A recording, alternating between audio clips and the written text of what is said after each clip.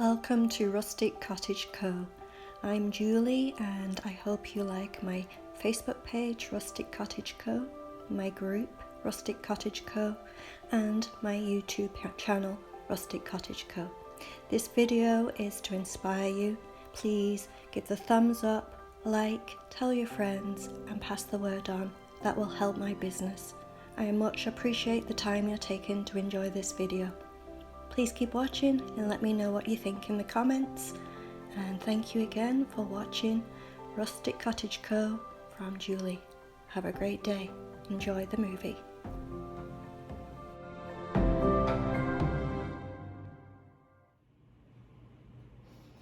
So I picked up these 3 pumpkins. This one here was $3 and this one was $3 and this one was $4. This one's a little heavier and more solid. These are very much just plastic. I picked them up from the Dollarama. I don't know if you have them where you are. I believe Dollarama is an American store, which we have in Canada, but let me know which countries where Dollarama is. That would be fun to find out which dollar stores are where. Anyway, I picked these up and I'm going to do my usual start painting and do a whole coat with this charcoal. So I'll give it a good shake as I haven't used it for a couple of days. And then I'm just going to get my usual brush and just do completely a whole coat over each one of these, just over the whole thing. Get it right in there and go over the whole thing. Goes on easily. This will be the undercoat as I usually do, and just completely cover each one of these in this coat of charcoal grey.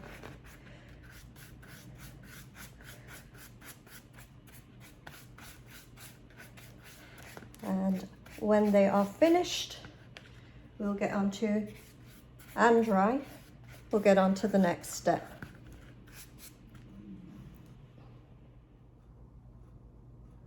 So next I'm using the clear coat that I always use, and I'm putting just one coat on each of the pumpkins, all over each of the pumpkins, and then let that dry as I usually do, and then next we will be doing the white on top.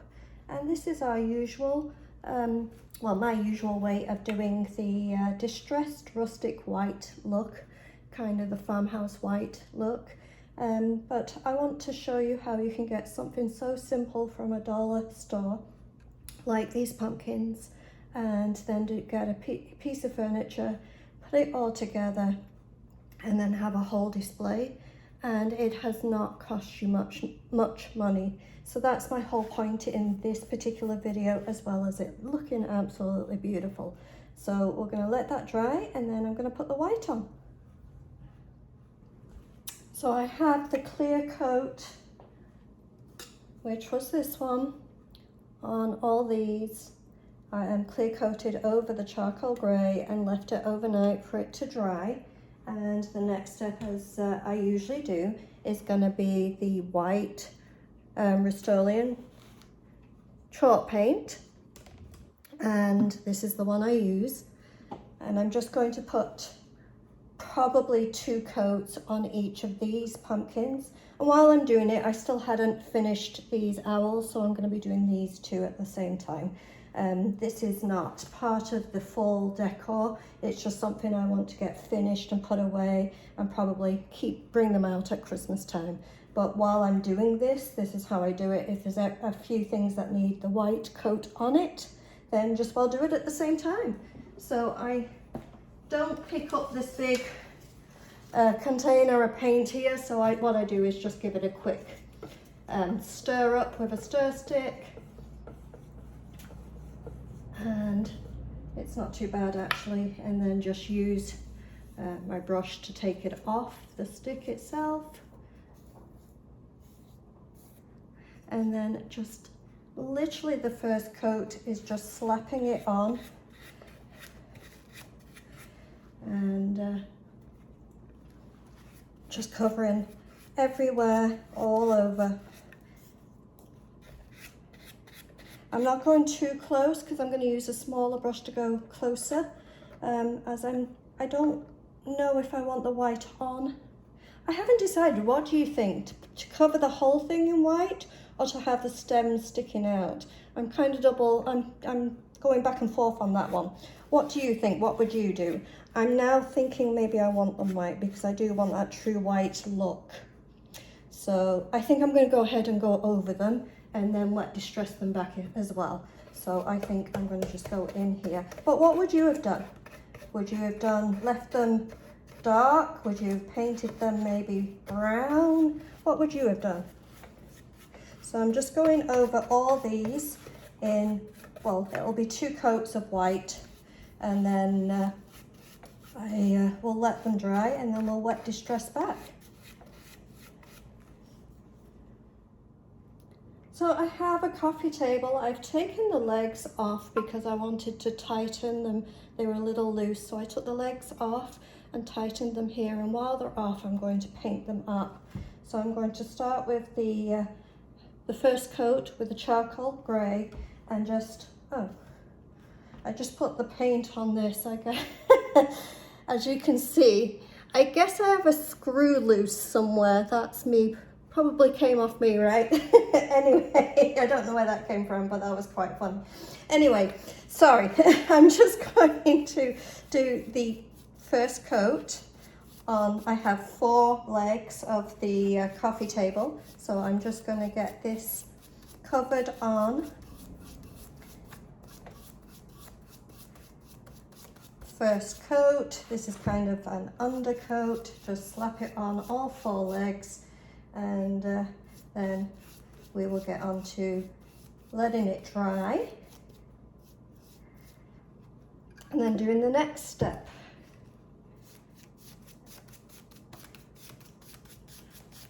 I want to do this the distressed usual look just because of the shape of these legs are amazing.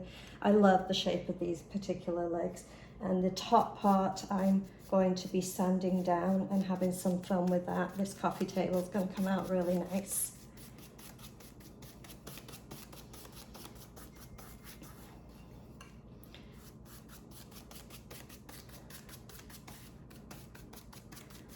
Now that I've painted this, I'm double thinking of, okay, how can I let it dry? So hopefully it stands up. Let's see if I'm right or not. Does it no, it doesn't stand. I'm going to have to lean it on something here. That's funny. I'm painting all sides here and then realizing that it's not going to stand up. So I think I'll have it lean against my paint over here and get on with the next one.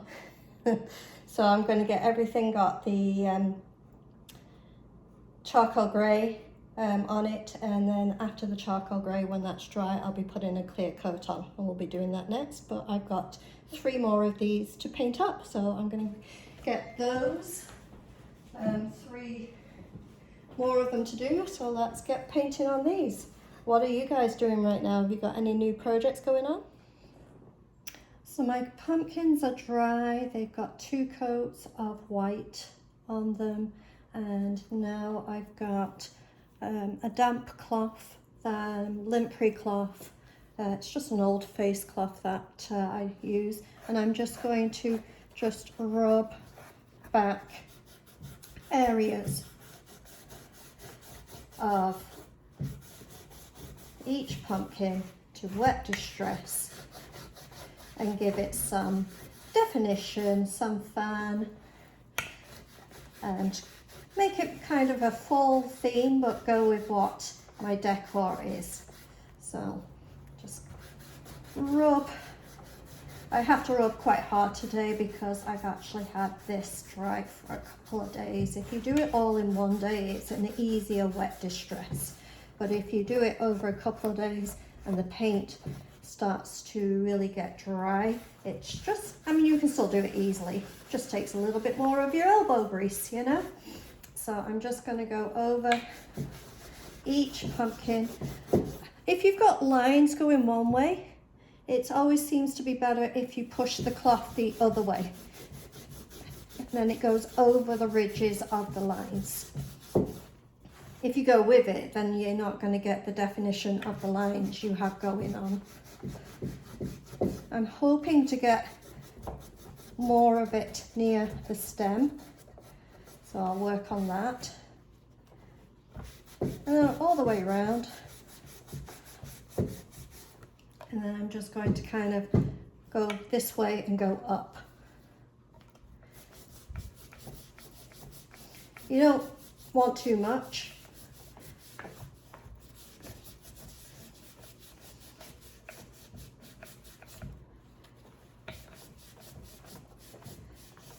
Also, if you have a little difficulty, just wipe over, wet the paint, and then go back in and rub.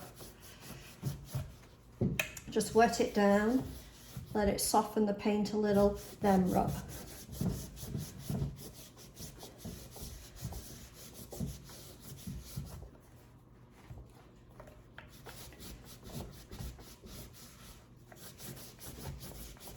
Try and do it randomly rather than it look like a pattern.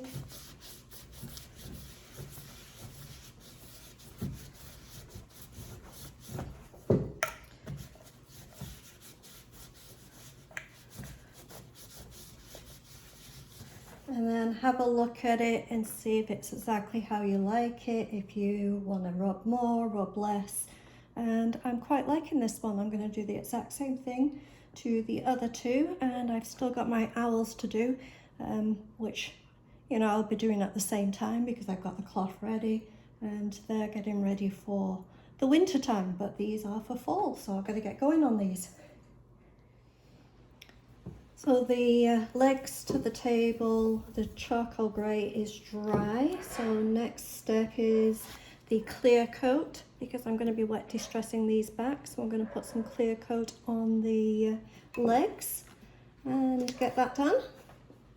So just with a cheap dollar store brush, just go over the legs, each one, and get a little clear coat on the whole thing,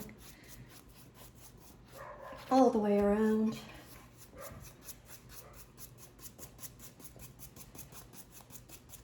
Literally slap it on, covering everywhere, and then let it dry. Again, I think I'll just let it rest against this big paint pot. And then once it's dry, I will be putting 2 coats of the white linen Rust-Oleum chalk paint. Chalk. Sounded almost American then.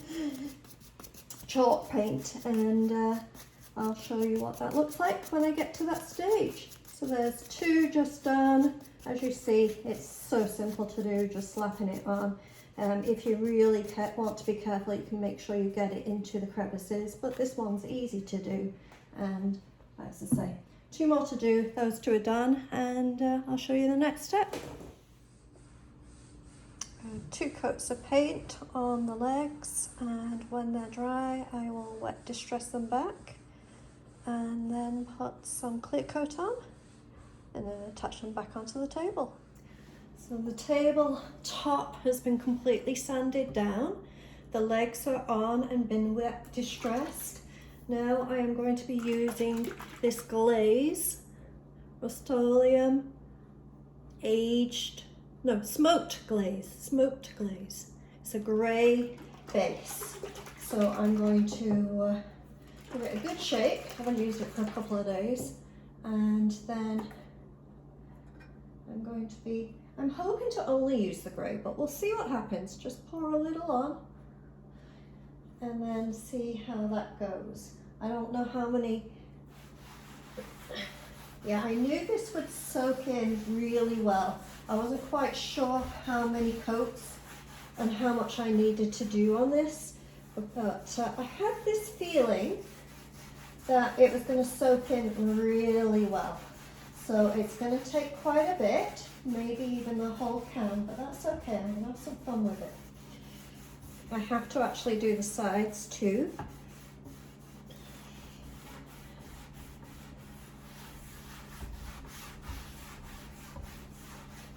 But I just wanted the grey if possible. I didn't want to add the brown. So this is the smoked glaze, and I'm liking how it's coming out. It's going to have some interest on it, but it is going to take up quite a lot of glaze, so we'll see how that goes.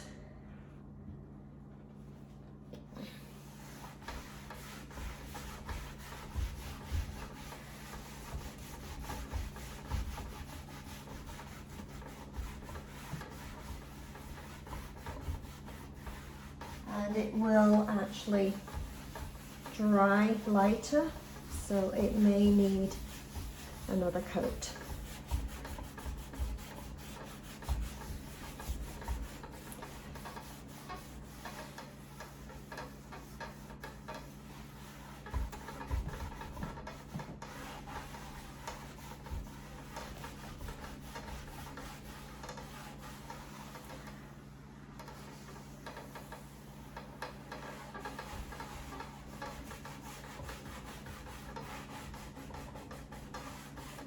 I got this table actually off Marketplace for 15 Canadian dollars, so I think it's going to be a good transformation.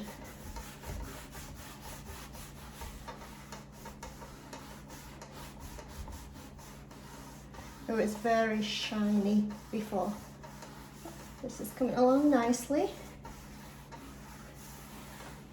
When you finish getting it all in, you need to just do nice long strokes, because you don't want swirl marks in it.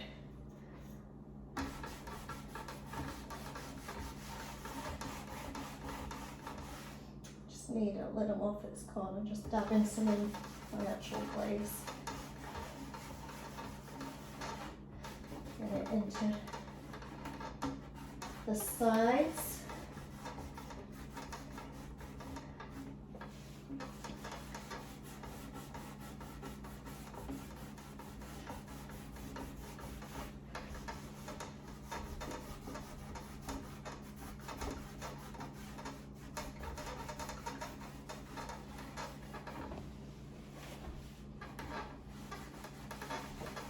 In the end,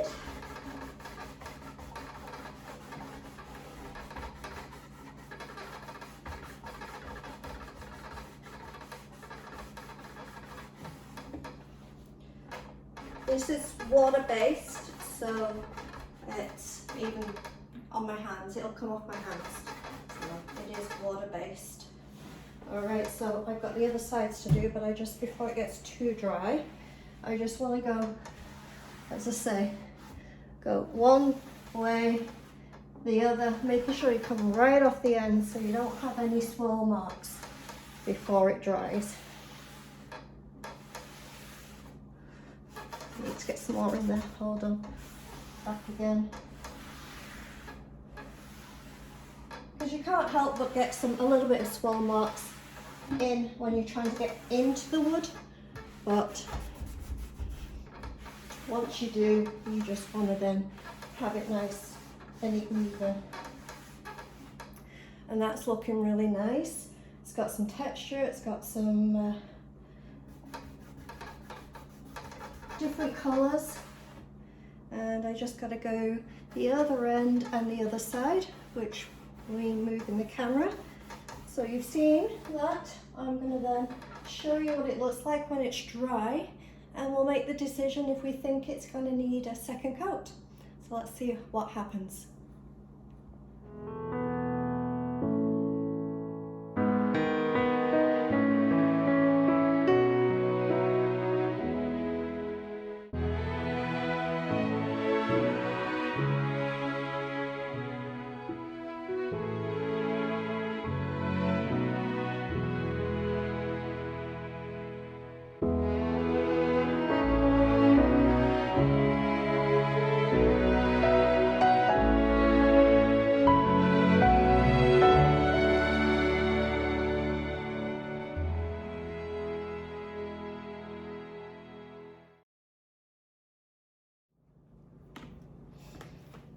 I picked this book up actually from Amazon. I went onto my Amazon Canada and I just typed in Halloween potion bottle labels. And there was a few different things to choose from, but this seemed the best price for how much I get and what was in here. So I'm just going to give you a quick look at this book because I thought it was like a pretty good one for some different potion bottle labels. There's some here and here. And then this is more stuff that you can put on the back of the bottles because it says force and then the doctor. So it's kind of more of what the prescription was. And then some more poison actual ones, which I like. I'm not really into the red as much, but I like the word poison being on it because that's what I'm trying to indicate what it is. And most of the time, if you put exactly what it is, people get it more. And then there's more different ones here. Just flip through quickly, different ones. And then these are different shape ones, so those are more fun to have a little bit of variance. So I'm going to cut out some different ones. And then these are bigger. So I think I'm obviously on the bigger bottles, I'll use these. They'll be fun to use. More bigger ones.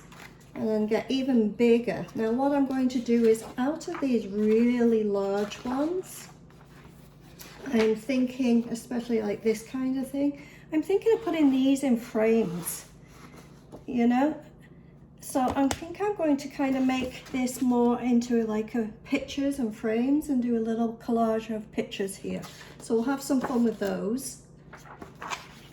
And then these maybe, some more, just flicking through for you here, just so you can see what you get in this actual book. Another one I could maybe put in some frames. And here, another one, I love this one, that's so cool, right? And then, as I say, we'll do maybe a little bit of collage of frames and some interesting pictures to put up on the wall in the corner for the display. So I'm going to cut out some of these labels. And I'm going to cut out some of the bigger pictures and put them in some frames. So let's have some fun. Okay, so I'm going to cut this one out on this particular bottle, which I don't know if you recognize it, but it's an old, clearly Canadian bottle that I just painted the black. That's all I did. And on this particular bottle, I'm going to put 2 of the actual labels on. So I'm going to cut out each one. I'm only going to show you obviously one bottle as I do it because it's very simple to do. Even a child could do this and they actually are probably prone to be better at it because they're more used to this kind of crafting. But it's fun to go back to just literally sticking and using glue and having fun. I mean, who doesn't want to be a child every now and then? But yeah, I'm going to do this on this one bottle, show you what I'm doing, and of course I'm just going to repeat it on all the bottles and then show you at the end what it looks like. So I'm just going to cut around all the detail of this one's quite an unusual one because it's got a few things sticking out of the actual shape of it. So I'm just going to cut it kind of randomly, showing all of the label. And as you can see, I don't have any Mod Podge. And then I thought, well, I don't really need it. I'm just sticking on a label on a bottle. I'm not decoupaging tissue paper or anything like that. So I'm just using the Elmer's school glue, white glue. You can get this very easily this time of year, being back to school's coming up. So I just figured I'd use this. I'm not watering it down. I thought about it and then thought, you know what, I don't need to do that. But I am going to grab a bag, which I didn't already pick up. Hold on. Let's see, I've got one over here.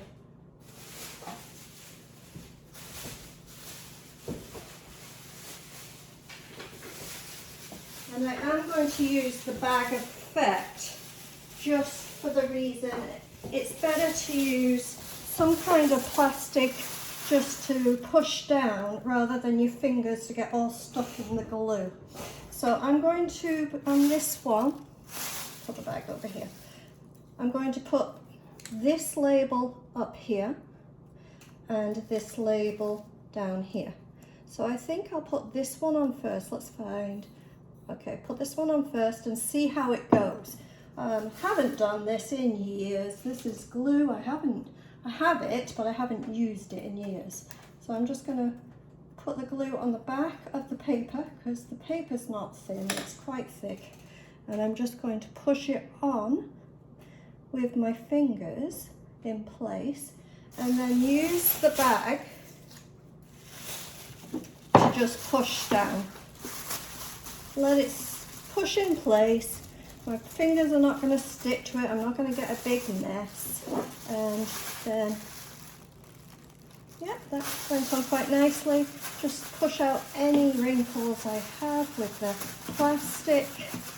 And then I'm just going to do the second one. Just going to get the glue, put it, you don't need to put it on thick, just put it on the back of the paper. Now if you want to protect this bottle, you can put some watered down Elmer's glue over the whole thing.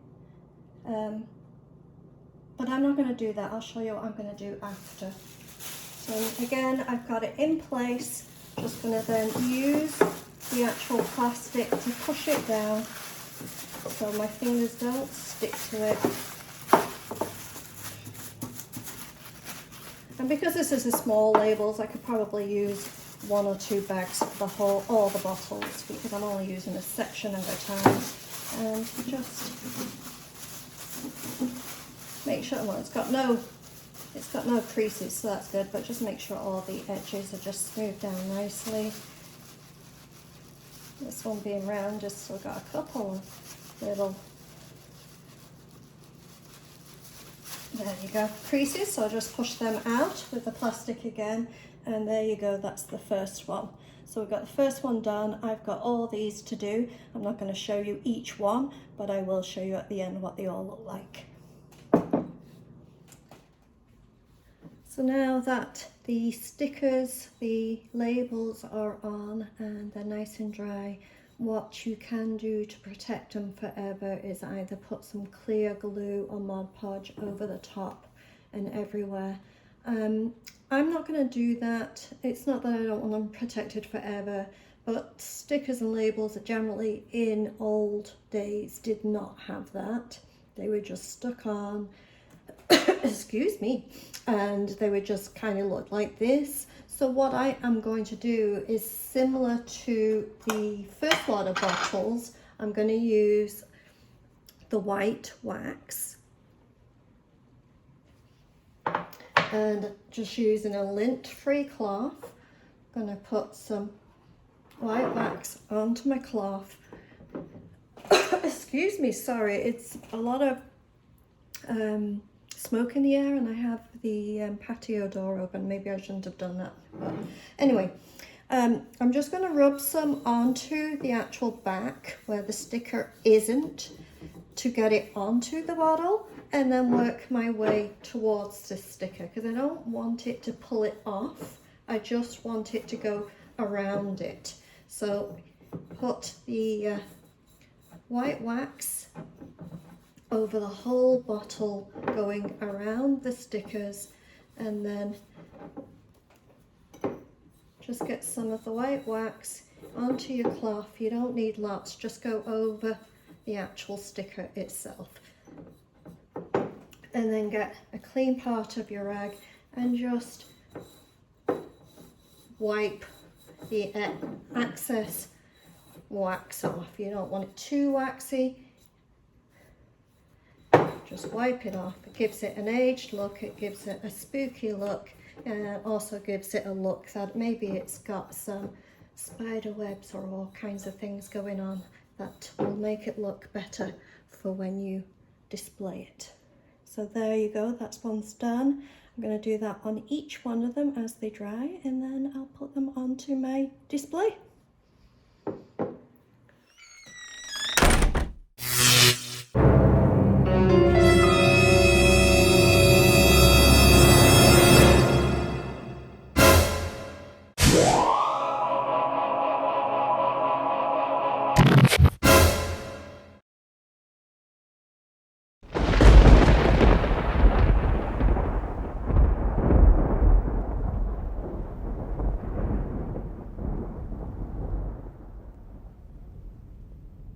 I'm Julie from Rustic Cottage Co. I hope you enjoyed the video. Please like and thumbs up. Thank you.